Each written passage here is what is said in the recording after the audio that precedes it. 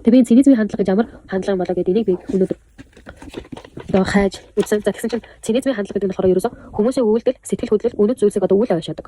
Үл итгэдэг.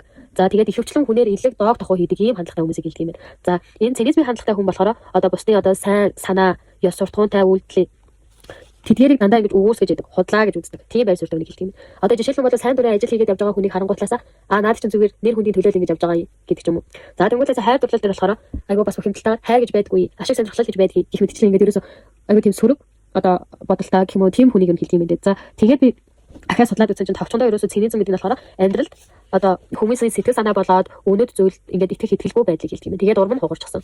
Гутран үзэлтэй хүнийг илэрхийлдэг юм байна лээ. За тэгээд энэ нь одоо амьдралд хошигнол байдлаар илэрч болдог ч гэсэн ерөнхийдөө одоо хүний мөн чанарт идэхгүй байгаа байдлыг одоо цинизмын хандах хандлага гэж хэлдэг юм байна лээ. За тэгээд энэ номоор мэдээ цаашаа үргэлжлээд явна.